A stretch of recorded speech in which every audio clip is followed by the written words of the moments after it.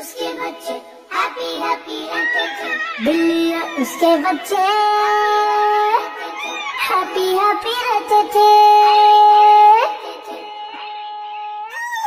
बिल्ली और उसके बच्चे हैप्पी हैप्पी रहते थे। काम में आगे चुन्नू था और खाने में मुन्नू था।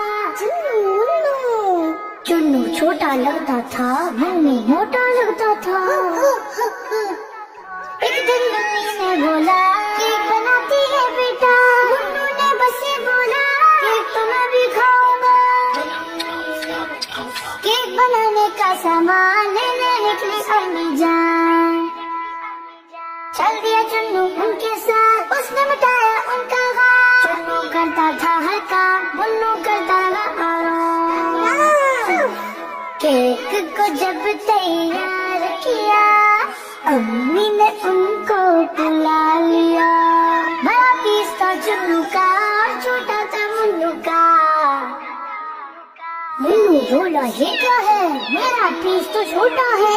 अम्मी ने बोला ये बेटा यही तो है इंसाफ। चुन्नू ने सारा काम किया, तुमने तो बस आराम किया।